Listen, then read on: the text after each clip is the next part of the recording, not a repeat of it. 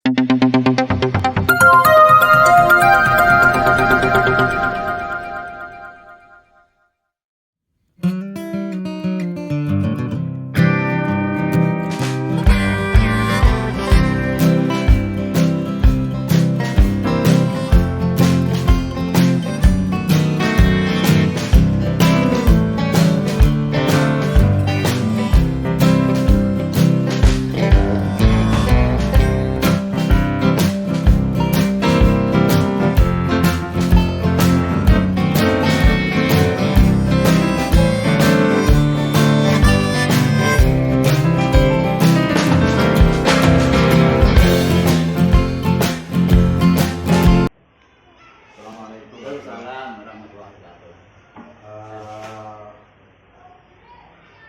Pak So, pripun kabare?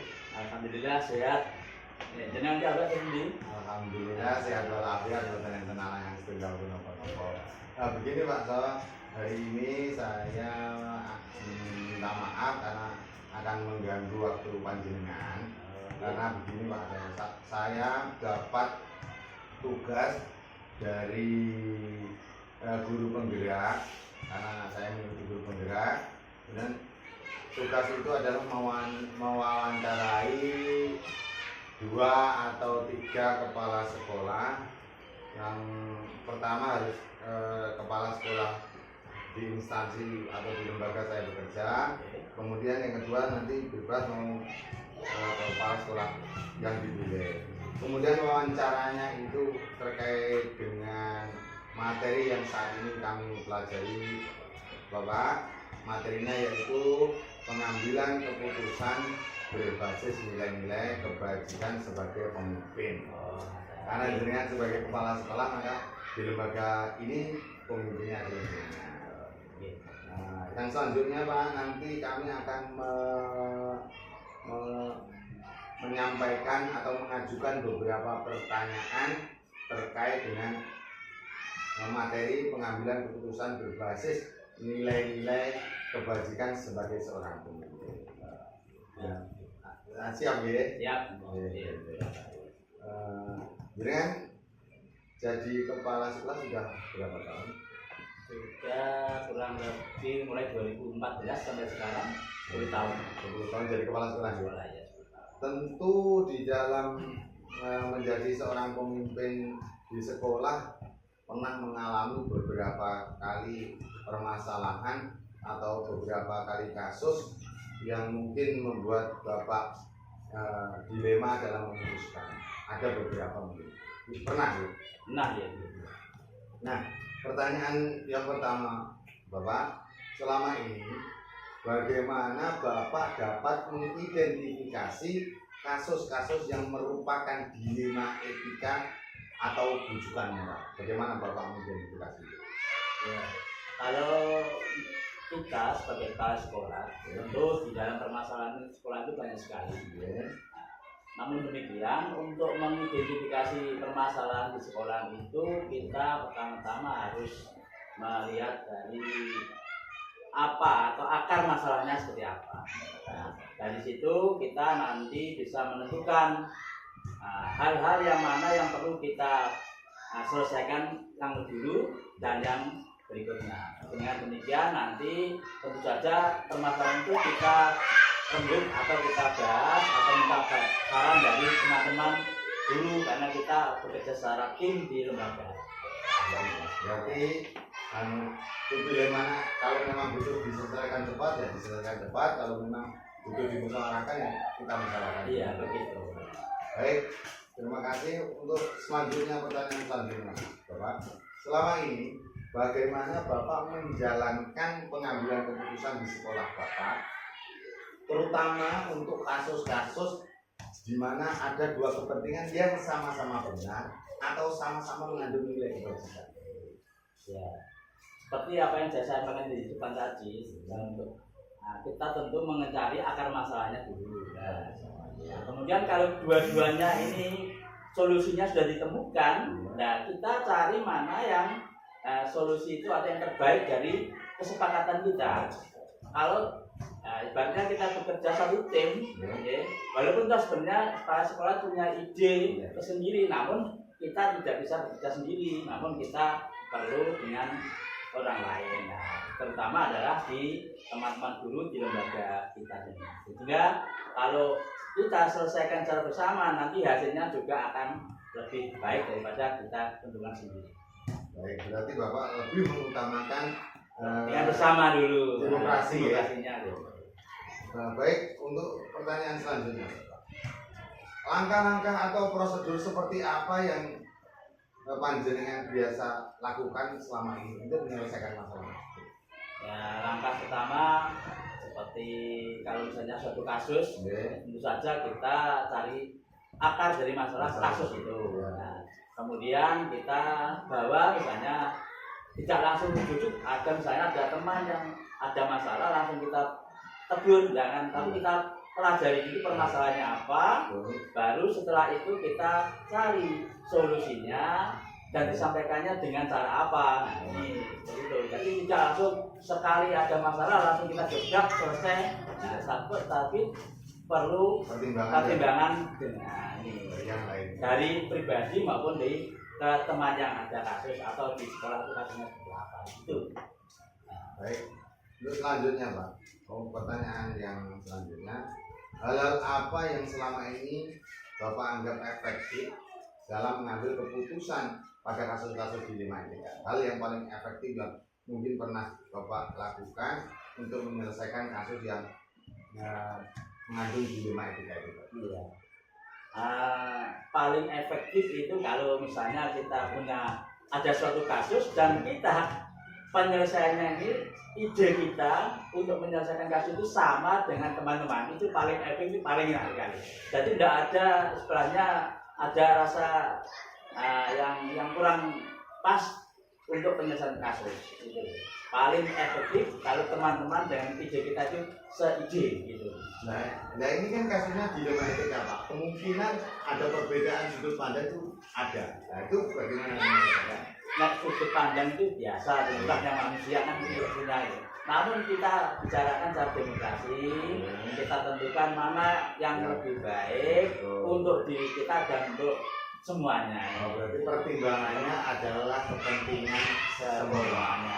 Kepentingan semua ya. Kepentingan. Jadi ibaratnya kalau keinginan saya ini lebih apa ya, lebih ditekan untuk kepentingan umum. Jadi pengambilan keputusan diambil berdasarkan kepentingan bersama. Ya.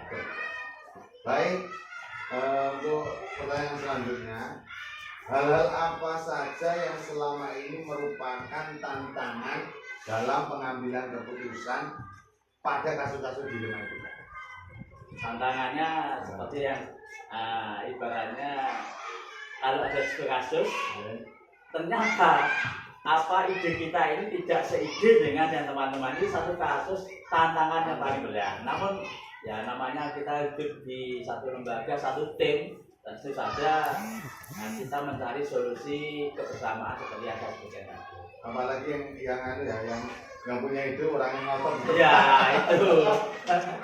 Ya, kita bisa menjaga apa ya, attitude kita, menjaga emosi kita. Yang penting kebersamaan dan tujuan lembaga itu bisa tercapai. Jangan masuk lembaga kita. Jadi kalau itu ya dijelaskan lagi lah. Inilah yang lebih baik itu ya. Iya. Untuk selanjutnya Pak, apakah Bapak memiliki sebuah jadwal atau tata kelola tertentu dalam sebuah penyelesaian kasus dilema etika? Apakah langsung diselesaikan di tempat atau dijadwal dulu, atau bentuknya dan prosedurnya seperti apa? Kalau semacam misalnya ada kasus kita tidak ada jadwal, tidak ada jadwal, tidak ada jadwal, ya sekali ada kasus segera kita akan selesaikan. Nah ini secepat mungkin. Nah, tapi dengan pertimbangan nanti ini perlu yang mana dulu diselesaikan, kasus mana, sehingga semuanya bisa tercapai tanpa ada jadwal tertentu. Yang utamanya selesai. Kalau banyak kasus ya skala prioritas. Baik. Selanjutnya Bapak, adakah seseorang atau faktor-faktor yang selama ini mempermudah bapak dalam mengambil keputusan dalam kasus-kasus dilema. Ini kasus dilema. Yang faktor atau orang yang membantu bapak mempermudah menyelesaikan kasus itu ada nggak? Nah, tentu saja ada Bapak Ibu. Tentu saja ada, dan itu adalah kita ini bekerja satu tim ya, jadi semuanya bekerja. Faktor yang mempermudah atau yang membantu itu kalau timnya itu solid, insya Allah itu semua kasus mudah selesai. Betul. Solid dan saling mengerti. Ya itu. Ya, sampai pada pertanyaan yang terakhir Bapak, dari semua yang telah Bapak sampaikan, pembelajaran apa yang Bapak dapat atau Bapak petik dari pengalaman Bapak mengambil keputusan dilema itu? Pembelajaran apa yang Bapak ambil dari penyelesaian kasus-kasus selama ini? Pembelajaran yang kita bisa ambil dari kasus-kasus itu, semua permasalahan akan selesai, mudah kita selesaikan jika ada, pertama adalah keterbukaan kita, kedua sikap demokrasi kita, dan kemudian keempat adalah semuanya berfokus pada kepentingan bersama. Jadi pelajaran yang bisa diambil itu kalau kita punya kasus bisa mudah selesai dan dapat solusi paling baik itu jika ada keterbukaan, demokrasi dan mementingkan kepentingan besar atau politik bersama. Baik Bapak, terima kasih waktunya dan mohon maaf telah mengganggu. Semoga sehat selalu, selalu semua kasus-kasus dapat diselesaikan. Sekali lagi saya mohon maaf dan saya mohon pamit. Terima kasih. Assalamualaikum warahmatullahi wabarakatuh.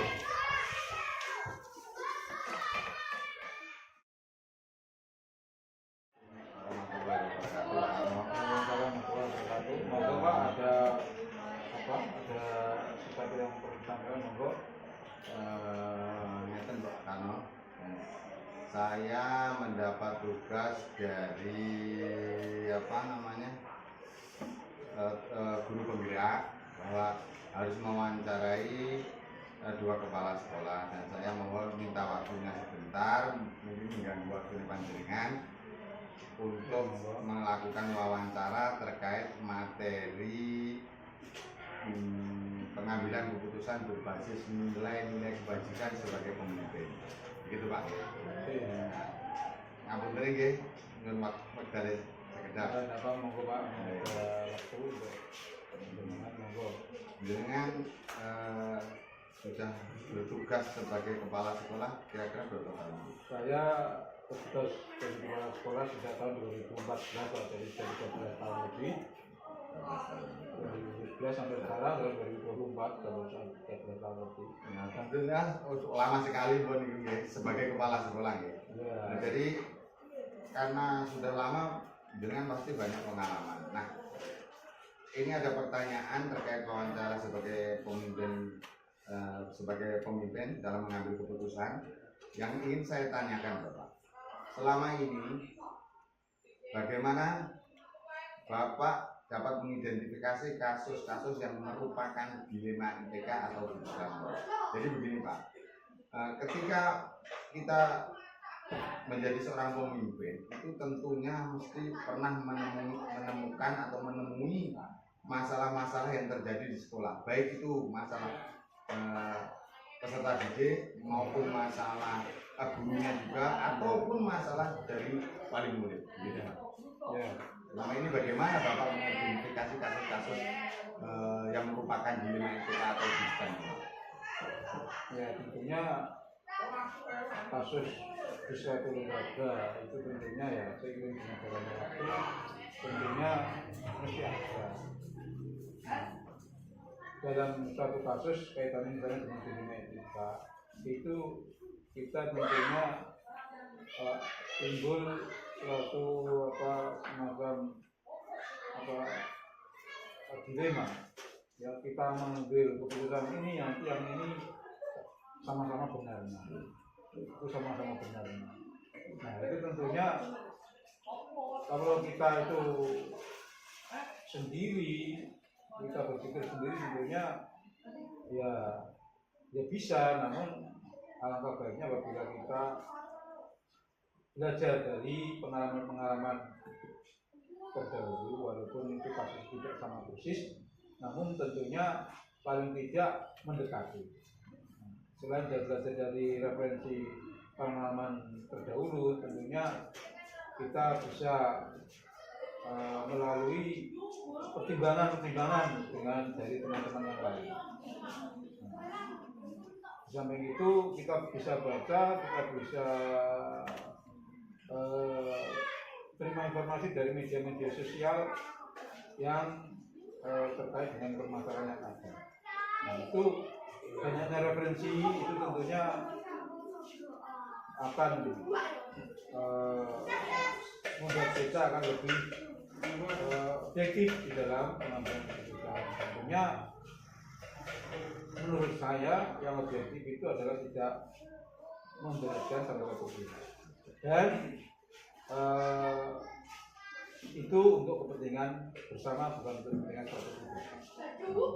Jadi yang pertama tadi kalau boleh saya sampaikan, yang pertama belajar dari pengalaman, cara mengidentifikasinya gitu. Kemudian masukan-masukan dari rekan-rekan guru, kemudian dari media sosial, gitu Pak. Baik Pak. Selanjutnya Pak, pertanyaan selanjutnya. Selama ini bagaimana Bapak menjalankan pengambilan keputusan di sekolah Bapak, terutama untuk kasus-kasus di mana ada dua kepentingan yang sama-sama benar atau sama-sama mengandung nilai kebajikan? Itu bagaimana Bapak menjalankan pengambilan keputusan? Ya.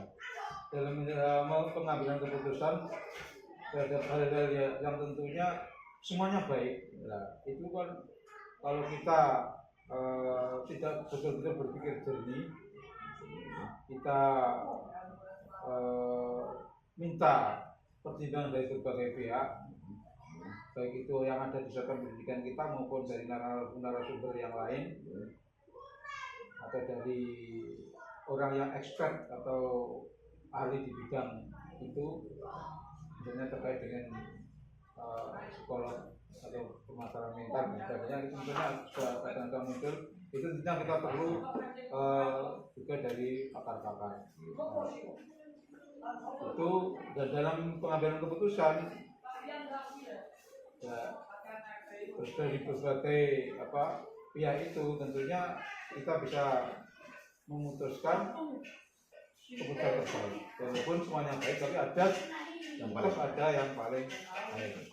Terus yang utama yaitu unsur keadilan. Nah, itu adalah utama dari seorang pemimpin, itu harus bisa memutuskan sesuatu itu secara adil. Jadi berpikir jernih, ya. Selama ini menjalankan pengambilan keputusannya dengan berpikir jernih, mempertimbangkan segala sudut atau sudut pandang, kemudian masukan dari pakar, ya. Terutama yang menjadi pertimbangan adalah mengutamakan keadilan untuk semua. Ya, terima kasih. Untuk selanjutnya Pak, langkah-langkah atau prosedur seperti apa yang bisa Bapak lakukan selama ini? Langkah-langkah pengambilan keputusannya itu seperti apa? Biasanya untuk suatu keputusan yang harus kita ambil, tentunya prosedur utama setelah kita mengidentifikasi kasus-kasus itu, tentunya kita harus cari informasi atau semacam pendapat-pendapat dari berbagai individu atau berbagai pihak yang terkait dengan permasalahan itu, ya. Kita mengumpulkan informasi, ya. Kita tahap selanjutnya yaitu kita harus cari fakta. Dalam informasi tentunya kita tidak hanya menerima saja, namun kita harus cross check langsung, ya. Kalau kita tidak tahu bukti faktanya, ya kita namanya ngarang. Nah, dalam permasalahan tentunya setelah kita informasi kita harus memantau atau terjun langsung mencari fakta. Jadi setelah itu baru kalau fakta yang ada kita cross check, Dengan informasi yang ada itu, setelah itu kita baru mengambil keputusan. Tentu keputusan yang kita ambil itu adalah merupakan keputusan terbaik yang objektif. Selain objektif juga tidak merugikan salah satu pihak. Jadi langkah prosedurnya yang diambil tadi adalah dengan mempertimbangkan dari pertimbangan rekan-rekan guru, kemudian keputusan itu diambil berdasarkan masukan-masukan dari pihak-pihak lain, kemudian melakukan proses juga mana yang benar mana yang baik. Yang intinya yang terakhir tadi adalah keputusan itu tidak merugikan salah satu pihak. Gitu ya. Terima kasih. Untuk selanjutnya Pak, hal-hal apa saja yang selama ini Bapak anggap efektif dalam mengambil keputusan untuk kasus-kasus dilema etika? Dan mestinya ketika kita mengambil keputusan, panjenengan punya salah satu kasus yang dianggap ini loh kasus yang pengambilan keputusannya paling apik, paling memuaskan. Ada seperti itu. Hal apa yang selama ini dengan anggap efektif? Apa karena ada masukan tadi dan sebagainya? Yang paling efektif Pak, yang jelas yang kita tidak boleh mementingkan pribadi Pak, yang efektif. Jadi keputusan itu biasanya itu diterima banyak orang dianggap baik, itu kalau keputusan itu bermaslahat untuk orang banyak, untuk banyak orang atau berbagai pihak. Nah, jadi kita tidak boleh dalam pengambilan keputusan itu referensinya ke pribadi Pak. Kalau keputusan pribadi itu biasanya malah nanti dampaknya ke belakangnya tidak baik. Tapi apabila timbul masalah lagi, ke belakangnya lagi. Tapi apabila itu sesuatu itu kita mengambil keputusan itu untuk kepentingan bersama dan itu kemaslahatan orang banyak, ya, kemaslahatan bersama itu akan lebih ke belakangnya akan lebih bermanfaat. Terima kasih. Berarti yang dianggap paling efektif ketika Bapak memutuskan sesuatu itu dengan memikirkan kepentingan orang banyak dan azas keadilan, betul ya? Jadi sudut pandang semua guru-guru diambil, kemudian diambil suara terbanyak atau yang kebetulan ini berdasarkan kepentingan orang banyak, betul ya? Terima kasih. Untuk selanjutnya Pak, hal-hal apa saja yang selama ini merupakan tantangan dalam mengambil keputusan dalam kasus-kasus dilema etika seperti itu? Ya, dalam keputusan dilema etika itu karena tantangannya sesuatu keputusan itu mesti mengandung ada pro kontranya. Namun tantangan itu apabila keputusan yang kita ambil itu sama-sama pendapat itu sama-sama bagus Pak. Namun tentunya yang paling bagus. Yang paling bagus itu yang paling itu tentunya suatu aturan Pak. Itu kan aturan kan yang menyetujui kan yang paling banyak orangnya Pak. Maksudnya kalau umpama voting itu kan yang suara terbanyak. Tentunya keputusan yang kita ambil itu walaupun itu kita harus ada tantangan, ada ada pihak lain yang kecewa ataupun kurang serg dengan keputusan yang kita ambil, namun yang objektif itu adalah yang menyangkut kepentingan banyak orang tadi. Jadi tetap ada tantangan Pak, tetap ada individu ataupun kelompok yang kecewa terhadap keputusan kita ambil. Namun yang istilahnya yang senang, yang setuju dengan kita itu yang lebih banyak itu. Jadi kita mementingkan yang lebih banyak. Dan tidak sebatas itu, kita selain itu juga memahamkan kepada yang pihak lain yang tidak setuju tadi bahwa jangan jenengan ya benar, namun ada yang lebih benar.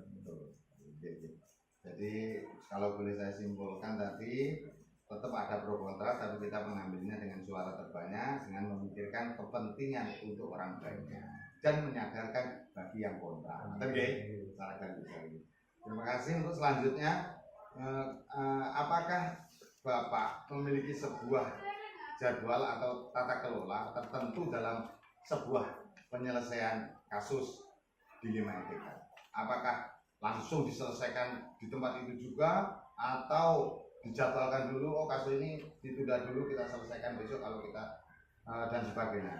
Dan bentuk atau prosedurnya seperti apa? Menurut saya Pak, masalah permasalahan di media dan sebagainya itu kita melihat besar kecilnya permasalahan. Kalau permasalahan itu ringan, kecil, bisa diselesaikan di satu waktu ataupun tidak begitu lama, ya kita selesaikan.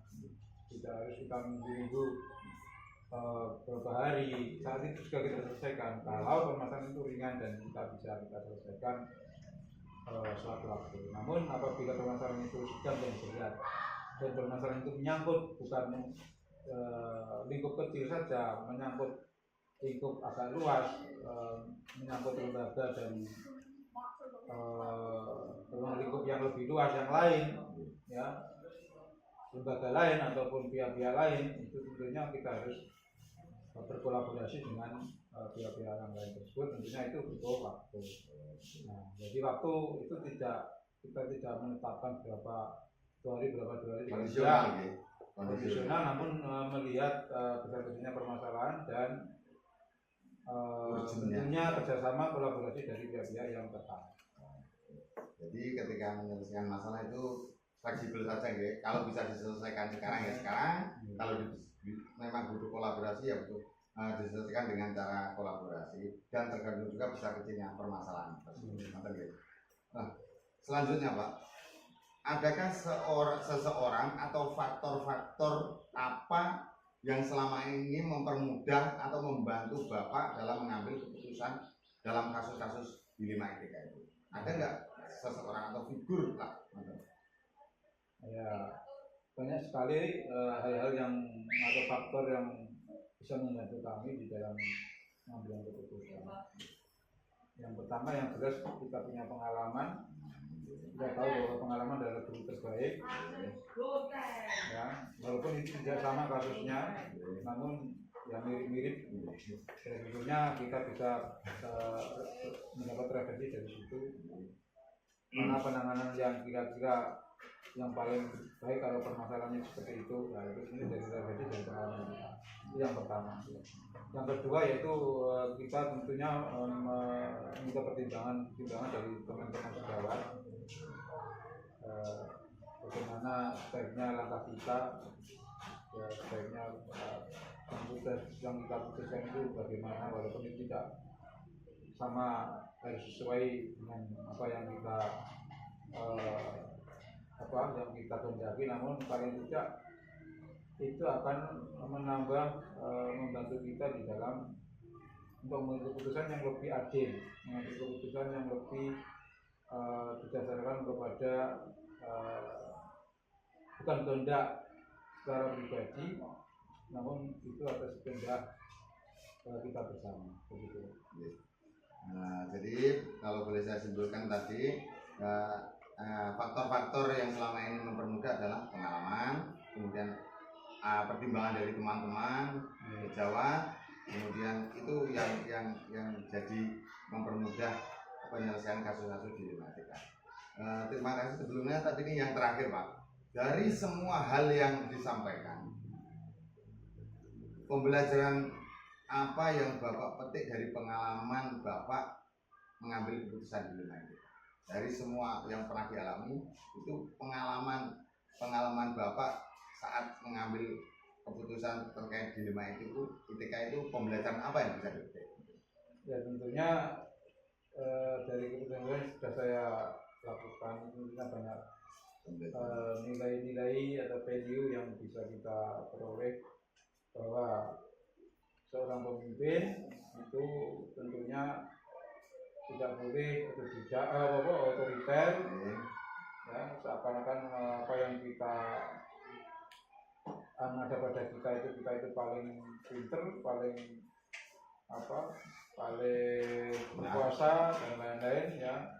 Itu tentunya kita pemimpin itu adalah pelayan menurut saya. Itu pelayan, karena kita harus melayani berbagai kepentingan dari siapa atau lembaga atau pendidikan atau apapun yang kita pimpin. Nah, tentunya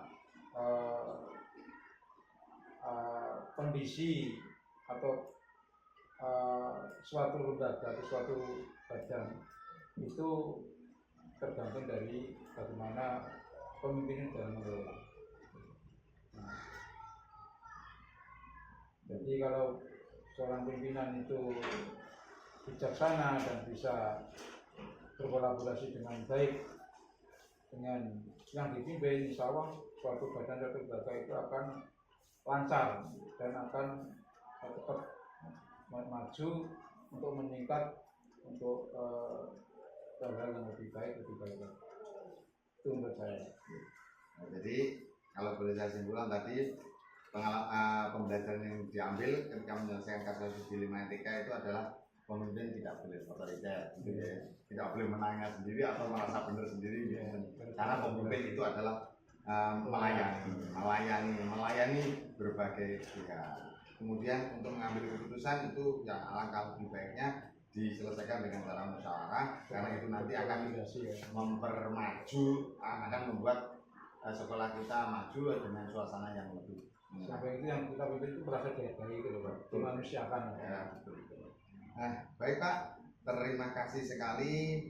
Mohon maaf telah mengganggu waktu Bapak dan meminta waktu Bapak. Sekali lagi saya ucapkan terima kasih karena ini sudah selesai. Saya mohon maaf. Iya, moga Pak. Assalamualaikum warahmatullahi wabarakatuh.